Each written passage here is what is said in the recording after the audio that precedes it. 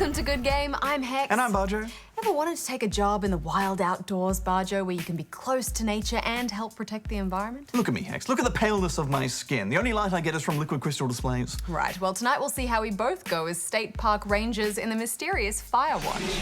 I think I could jump this gap to get across the canyon. Well, you're a regular Evel Knievel. Oh yeah, you should see the jumpsuit I'm wearing. Bajo, I believe you took on a pro in Street Fighter V? Oh, yes, Hex. Two pros taking on each other, in fact. I think you'll find. He smashed you, didn't he? No, I'm gonna hit you. Yeah. Oh!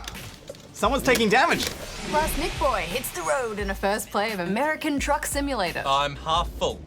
I should probably fill up. $311? But before all that, can you name the game for this week? I'm excited to be back. It is good to be back.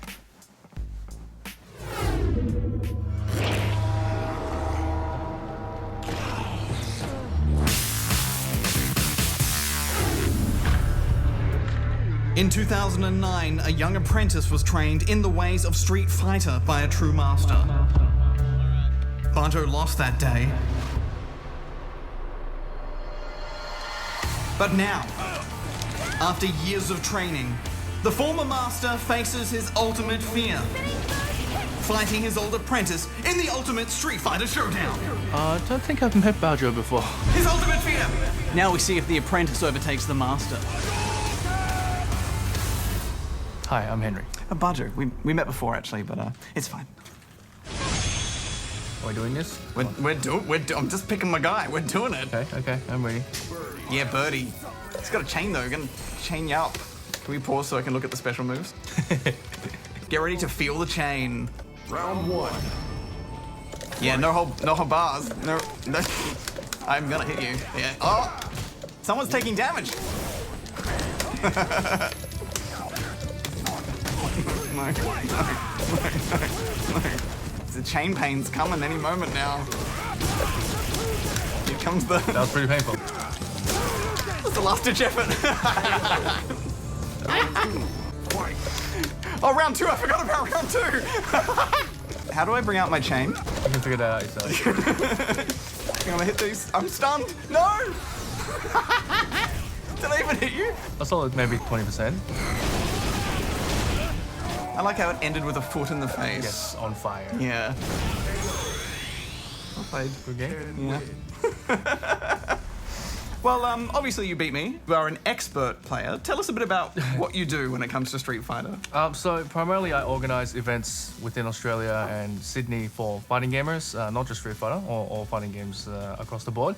And I specialise in Street Fighter myself. I've been playing for over 10 years now across all the different Street Fighter games in the past, and now very keen to hit Street Fighter 5. The vibe I'm getting with it is it's more of a tug-of-war kind of Street Fighter. You still really have to work for it. That's you can't right, just unleash a big attack. That's right. So the new system, the V system, does change the properties of some moves or makes the character maybe faster or their moves a bit stronger, but it's not your comeback mechanic. In Street Fighter 4, the Ultra meter was your comeback mechanic. The more damage you took as a player, the stronger your Ultra became. Street Fighter 4 ended up being a very combo-heavy game. Combos are very long and very difficult to perform. Beginner players found it hard to step into that realm where execution is very, very high level. Compared to Street Fighter 5, combos are shorter but do just as much damage.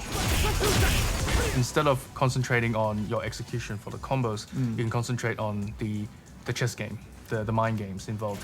And do you think this is better? Like, it seems more strategic to me. It is definitely more strategic. For myself, I do enjoy Street Fighter 5 a bit more than Street Fighter 4. You really have to get into the opponent's mind, figure out what they want to do at any given circumstance, and work your way around it with the V skill and V trigger.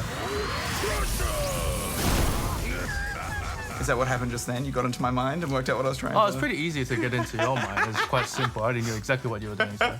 You can't button mash as much in this one as what I'm getting. Not as much, I feel. Yeah. You don't get as much out of it.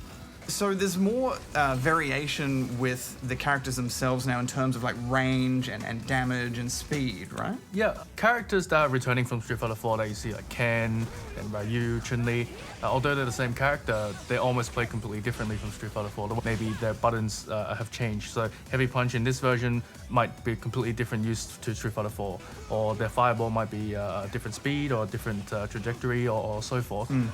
So you'll be using them completely differently from Street Fighter 4, more or less.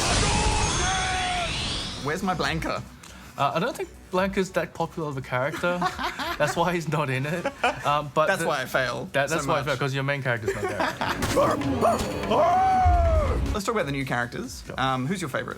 The new characters? Yeah. I quite like Laura. She has a bit of lore with some of the older Street Fighter games.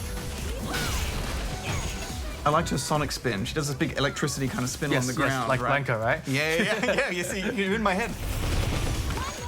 Rashid is, I think, the first Middle Eastern character in Street Fighter games. His projectile is typhoons, so they kind of stay on the screen in a weird little arc. Very annoying for seasoned players because it's not a type of projectile that they see often in old Street Fighter games. Right. So this one goes up, whereas normally fireballs go forward. Like most of the older Street Fighter games, you can't defend when you're in the air. You can't block when you're in the air. So once you jump, you have committed to not being able to defend or anything. And Always start with a jump kick. Yeah, every yeah, round. exactly. and seasoned players will punish you for it. Yeah. Very, very hard. How about a double dose of points? Thanks, stupid. He looks pretty stupid, to be honest, because he's unlike any other Street Fighter character. It's very straight. It felt very like strange. a Marvel versus Capcom kind of character. Yeah, you or know? something from like an old Chinese movie or something Yeah. like that, right? He has a poison kind of gameplay effect. A damage over time thing. Yeah. That's quite new for Street Fighter, isn't it? It is quite new for Street Fighter. They introduced that sort of mechanic for a returning fighter, Dalsim also. So Right. it's a burning effect. Essentially the yeah. same thing. Should we have a rematch? If you wish, yeah. Let's do it. Watch out for my poison and flappy arms. Finish you. Fight. Start with the jump kick. Here comes the waves. Hang on. Let's check the special moves list. Hang on. Forward? Is it? I'm stunned. No. That's a critical art. Look at that. Impressive. Well, thank you very much for joining us, Henry. worries. It was a pleasure. I'll Thanks for see having you me. in another 9 years for Street Fighter Maybe. 6. Definitely. We'll see who wins then. We'll have like, beards and things like that, I think. No worries. I'll be fatter. This week, I want to talk about annual game releases, because Ubisoft recently announced that for the first year since 2009, they won't be releasing a major entry into the Assassin's Creed franchise. That's right, the Assassins are taking a year off. Here, here. Well, other than the 2 spin-off games that already came out this year. And there's also a movie coming out starring Michael Fasassenbender, #Fassassin. But other than 2 games and a movie, the franchise is taking a year off. And while I feel for any gamer who might find themselves wandering into a game store confused about where their annual Assassin's fix might be, in my opinion, I think this is a great move. Every year like clockwork, the roster of sports games, Call of Duties and Assassins land on store shelves and in digital markets. We get the same mechanics and gameplay repackaged with just a few tweaks. She still embodies all the awful stereotypes she did before. But she's got a new hat. And they have the gall, nay, the balls to expect us just to buy it all again year after year? Well, fair enough, because I totally do. Shut up and take my money. Yes, I'm guilty of lapping up each year's new COD or Assassin's release, just like millions of other gamers.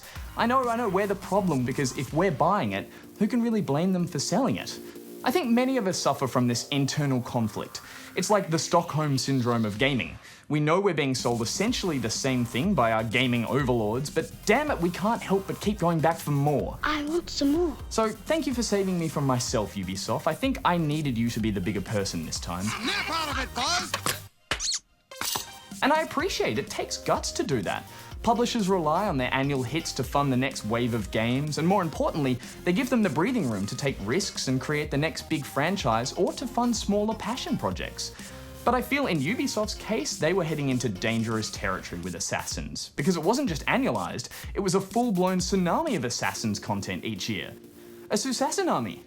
The last franchise to flood the market like this was Guitar Hero, and look what happened to that. They killed a genre. Even after it took an extended break and tried to come back, it was already too late.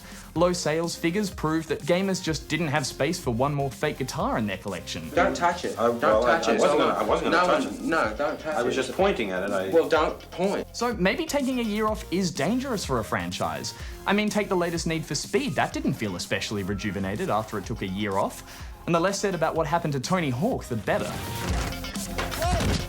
I guess it's kind of like taking a break from a relationship. It's opening the door for a newer, prettier and funnier annualized franchise to swoop in and steal my heart. We were on a break! Or maybe I'll find a break is exactly what I needed, and when I see that old franchise across a room at a crowded party, I'll look longingly at them, they'll look back and smile at me, and I'll remember why we fell in love in the first place. So, take a year off Assassins. Heck, take 2. I think we could use the time apart. But that's just my opinion. What do you think? Are you fatigued with endless annualized franchises? Or do you take comfort in their familiar embrace? Let us know on social media and we'll discuss it tomorrow. Thanks, Goose. Well, Hex, you're the biggest Assassin's Creed fan on the Good Game team. Are you glad they're taking a break? Well, I'm with Goose on this one. I think one thing we always say when these games are being released so often is that we just feel bombarded with so much Assassin's Creed, and they never really feel varied or different enough. So if they're going to take some time off to give us a bit of a break and maybe work on something that feels a bit more different and is much better, I mean, that can only be a good thing in my opinion. Yeah, I want some fresh design, some new mechanics, you know, not just a change in setting. Are you going to go see the Assassin's Creed movie? It's Fassbender, of course. Yeah, definitely. I mean, I think the movie will be really exciting to be able to see, like, something that we've played in the game realised on film and hopefully in a really good way, because films made from games aren't always great, but, you know, with a franchise this big, you'd think they'd want to get it right. I admire your optimism. It's Fassbender. He wouldn't put his... I have faith in him. I didn't feel like he would align himself with a project that was going to be bad. We shall see. But in the end, it doesn't matter how history remembers me. Well, now it's time to turn our attention to NichBoy, who's ready at the wheel to bring us a first play. Roger that, Rubber Ducky. Isn't that a trucker's thing, Rubber Ducky? I don't know. Thanks, guys. Now, American Truck Simulator is brought to us by SCS Software, who are the same developers, coincidentally, who brought us Euro Truck Simulator and Euro Truck Simulator 2. So these guys have been in the truck simulating business for a while now. I thought I would take a look at American Truck Simulator to see if I have what it takes. And if what it takes is simply a mullet and some flannel, then yeah, I think I've got it. Let's take a look. Not quite the electric trucker start that I was expecting. Name, Cletus. Boy. Oh, wait, hang on. I can play as a woman. Let's confuse people. Be Cletus Boy. It'll be one of these girls. There's no way you're a trucker. No trucker would wear sunglasses like those. We wear these ones. And then a logo.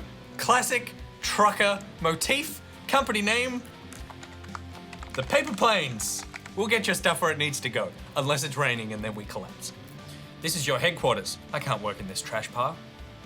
I'm a professional. It's a pretty basic garage. It may not be much, but it's a start. For now, I'm stuck working for the man, so I'm just gonna go to the job market so that I can start earning some dosh. I have a lot of job options. Let's drive a truck. We're in America, so what side of the road do I go on? This way. Hello, fellow driver. Ooh, he got a little close. That was definitely his fault. Let's just... Wow! Ooh, mama!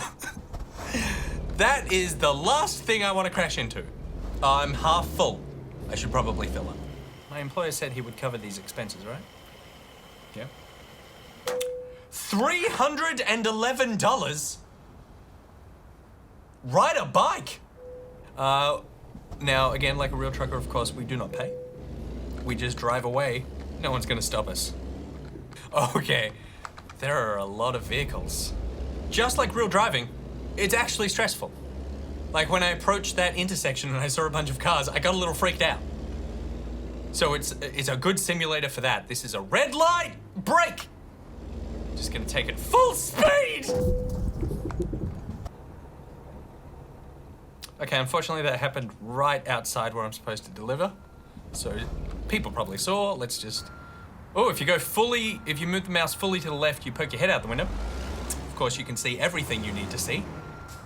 I assume that I can't just go in frontally, as is of course a trucker term. All right, let's park it. Okay, so when you back up a car, you turn the wheels, you go that way, and you go that way. But in a truck, you go that way, the truck part goes that way, but then the trailer goes the other way. How the hell do these guys do anything?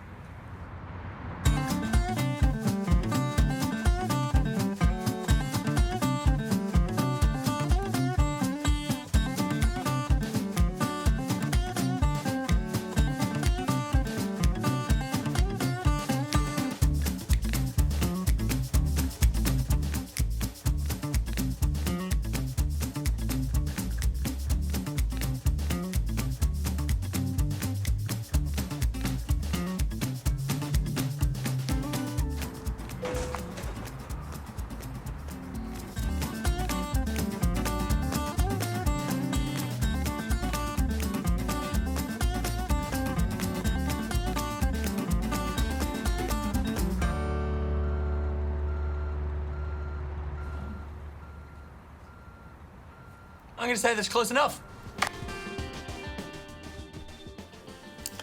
Reckless. I looked at this game to see if there was something here for me, because I do enjoy deep games. Unfortunately, I feel like the driving in this game goes against every instinct I have when I'm driving in a video game. The game seems to reward precise, deliberate, and careful driving. I seem to prefer a more reckless style of controlling a vehicle. However, I did appreciate the fact that the game did a really good job of simulating how cumbersome these vehicles can be, and that is why people are coming to this game, to feel like they're actually driving a truck. So what American Truck Simulator offers are new trucks in new environments. So that's my first look at American Truck Simulator. Will there be a second look? Unfortunately, no. But I'm glad I learned that driving a truck is not for me in a video game, rather than out there on the roads. With you.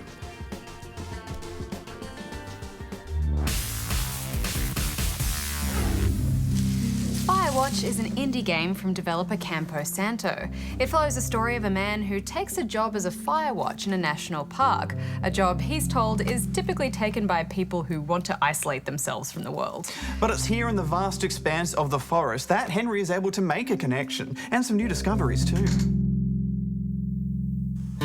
You're going fishing without a license? It's one fish. No, I won't tell anyone you're a poacher. I'm headed off to Shoshone, where the birds and the bees won't know me. Men and boys exist no more, and there ain't no gals to keep no score. I'm headed off to Shoshone, where the elk and the owls won't know me, where there ain't no judges to whom I gotta plead, 'cause I can be me in old Shoshone.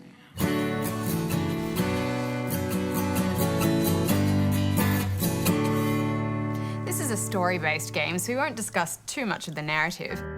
But it involves a lot of dialogue choice with quite an intense character setup at the start through these decisions, doesn't it? Yeah, it's rich and detailed. It feels authentic. It's a human story that's told in such a way that you feel an instant ownership and connection to Henry, which I think is really important when you're making decisions that you want to care about. Yeah, I agree. I thought it was a really clever way to set the scene, but I was also a little surprised because it feels almost like you play through a kind of first act or prologue before you get to the meat of the game. And yet that prologue was so emotionally draining, I was exhausted before I even started. Yeah, it's full on. So what's wrong with you? Excuse me? People take this job to get away from something. But I think to get you into the headspace of this character who has taken a job in this incredibly remote location, you really need that clear motivation. And it works, but you're not entirely alone. In a nearby tower, another ranger by the name of Delilah talks to you over your radio to explain your duties and teach you the ropes. Hello? Whoever this is? It's Henry, right? Yeah. I'm Delilah. Yeah, that's what the guy said on the phone. Delilah is immediately likable. The voice acting for both her and Henry is truly genuine, and they have an instant rapport. God, you are the whitest man. Wow.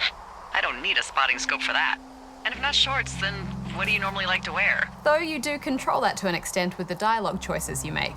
Tuxedos as often as possible. Oh, really? You bet. How cosmopolitan. I didn't realize Boulder was so chic. It is the peak of high society. Good to know, dear, yes. You may also recognize Henry's voice as actor Rich Sommer from Mad Men. Okay, I think I am ready to tackle my long-term commitment of keeping this national forest safe from total destruction. The voice acting was crucial for me. This game is essentially a walk 'em up, but ultimately the real story is told through the conversations that you have with Delilah. Yeah, well, you're not the first boss to be guilty of that. Just the writing is so incredible, isn't it? It's so natural and believable. Absolutely, and it's quite similar to an online relationship where you're isolated and you can't see the other person, and it takes on that same quality that leads the character to be more open and more candid. I was with this guy, Javier. He's incredible, caring, sexy as hell. He was a driller down in Casper. We dated for almost 5 years. Yeah, I noticed even just with the dialogue options that I chose, I was eager to find out more about her and reveal personal things about myself simply because she was a mystery. I walked over and asked her what her major was because I thought she was a student, not a prof. Smooth. and I was, so alone. She's like a lifeline in many ways. Yeah, they've done such a good job with those conversations over the two-way. They just felt like real conversations, especially because you've got that little respond timer counting down, so you're encouraged to reply quickly and not just ignore her. Pretty thick beard. Oh, have you always had a beard? Plus, in a practical sense, she's been doing this job a long time, so she knows the area. She's your guide. She tells you how to navigate the terrain, where all the supply caches are, talks you through your duties. So, what should I do now? What's next? What's next? What do you think is next? So you do become close. Soon, however, the game takes a kind of thrilling turn as you notice some strange happenings in the mountains. A mysterious figure, evidence that you're being watched. Some hikers are reported missing. We have to tell someone. Tell them what? Both you and Delilah start to fear for your safety and must work together to uncover the forest secrets. I think we should allow for the possibility that this is all just a big misunderstanding, but God, if you saw what you said you did. Hex, you know I'm not usually a fan of the walk 'em up genre, but this really turned me around. It's totally engaging. I mean, would we even call this a walk 'em up though? I think so. You're moving about the environment. There's not much to interact with. You're reading notes and picking up stuff and throwing it on the ground. Yeah, I mean, I suppose. But even just the way you climb and rappel your way through the wilderness, the narrative choice, and just the items you interact with. I associate walk 'em ups with being more abstract or arty, whereas this is definitely a game. You get a fulfilling game experience out of this. You're still walking it up, though. I see this more as a welcome evolution from that walker experience. It cuts the fat. It never drags, really, or forces you to retrace steps. And you can sprint, which is a big deal. You don't have a ball and chain attached to your leg. Is that right? I do like how intuitive navigating the environment is and all those climbing actions. That all worked really well. I wish the world was a little more open world, though. The map kind of opens up in a way that serves the story, so I hit the odd invisible wall. Yeah, I didn't mind that at all, and I think that's because they've done it in a very cleverly designed way. Very rarely did I come across a bramble that needed a specific tool to break through it. The rest of the time, you just feel compelled to explore certain areas or drawn in a particular direction because of where the story is taking you, where the interest is. I do think they did a fantastic job of putting things in the world to catch your eye and pull you through, but I still would have liked a little more free reign of the landscape to feel fully lost in a world like this. It's not that big a deal, but some areas felt locked off for no reason. But that's just it, I don't think it does feel that way, really. Wow, there's an old, I think it's called a medicine wheel out here. In fact, there were times I'd returned to places I thought I'd already been, but it turns out I'd kind of only wandered past it. It's smart design, and I think necessary for the mysterious aspects of the story to reveal themselves to you. What did you think of the story? I liked it, but without spoiling anything, I was a little bit let down by the ending. I just didn't get that payoff that I was looking for. Yeah, I think they could have done a lot more with it and taken it in a whole bunch of different directions, but I also really liked that this felt like a real story, something that could have happened. And it really is a story about these characters, more than anything else, I think. Yeah, I guess I was just kind of left feeling like I wanted something more there. That said, while I'm not sure there's a whole lot of replayability in terms of the choices you make, there's still plenty to talk about with other people who've played the game because the decisions you do make certainly make it more personal. Yeah, I really liked talking about those differences. What did you name the turtle? I didn't find the turtle! You didn't find the turtle? Oh my gosh! Oh, he's really cute. Now I do want to play it again. I called mine Shelley Duvall. I don't know. There's some weird stuff going on. Aw, man. Something you definitely do find, though, is a backpack with supplies and a disposable camera for you to take some snaps with. As someone who compulsively screenshots visually beautiful games like this, I really appreciated that little detail. Especially with the limited number of shots, going back to old film days. The pressure to line up that perfect photo.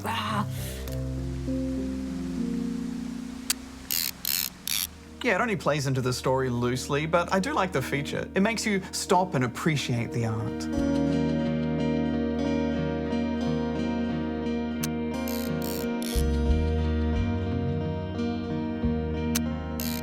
Yeah, absolutely. And you can access and upload the photos at the end if you want, and even get them printed and mailed out to you. Which seems like a bizarrely unnecessary feature to me, but people I know have already done it. I do that every year. I take screenshots of all the games that I've played over the year and make a little art book. That's right, I've seen you do that. All the creepy characters. Final thoughts? I absolutely love this game. I think why it works is because you're always fully engaged with the story and the characters. You're never left lost in tedious game design. it just holds you. And it doesn't hurt that the game looks beautiful. So I'm giving it 4 stars. Yeah, I liked it a lot, particularly the way the characters are set up through that narrative choice prologue at the beginning. I've had one too many bad experiences with tequila. I'm a little reticent to try it again. But while I loved seeing the relationship between Henry and Delilah develop, the sort of larger story for me was a little disappointing and unrefined. You know, I was left with questions and just really wanting more, so I'm giving it 3 stars. You're doing a bad job of watching for fire. Yeah, we wouldn't be good at it. Studio is burning down. I shouldn't be here, but I am. Well, in the meantime, you are here, and it's beautiful, and escaping isn't always something bad. New case, Hex. Since the early 80s, an unexplained phenomenon has been infesting the planet. It appears to warp the space-time continuum and generally just mess stuff up. It was covered up in Roswell and then uncovered and covered up again. Known as the glitch, it has resurfaced. So, what's the plan? We travel to a small town which suspiciously looks like the outskirts of Vancouver, interview a bunch of creepy witnesses. You get knocked out conveniently. I managed to stop the anomaly but failed to capture any hard evidence. Sounds about as easy as naming the game for this week. It was Darkwatch on the original Xbox from 2005. This first-person shooter had you rootin' and tootin' as the gun-slinging vampire Jericho Cross, a man torn between good and evil as he does his business fighting the forces of darkness. And it's unnamed the game for this week as one of its designers, Rory Maguire, was the lead game designer on the latest homeworld, Deserts of Karak. And you can find our review of that online as a web exclusive right now. Check it out. Time is of the essence, so let's run through these quickly. Next week on the show, we hunt and gather in Far Cry Primal.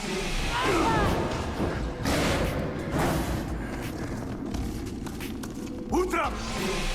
Plus, we'll get our first look at Dark Souls 3. Don't forget you can catch NichBoy on Good Game Pocket every day of the working week. There's always some interesting discussion going on. A tiger adopt a bunch of ducklings? And if you'd like to get competitive, our dedicated esports show, Good Game Well Played, is finally returning after a long break. Hosted by Hingers, you can catch the first episode right now on iView.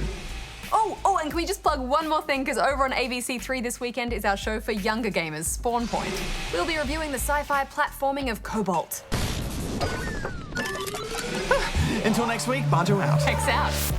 So much fun saying Deserts of Karak. You kind of want to go a bit Klingon with it, don't you? Yeah. There's a bit more Gelf from Red Dwarf. Yeah.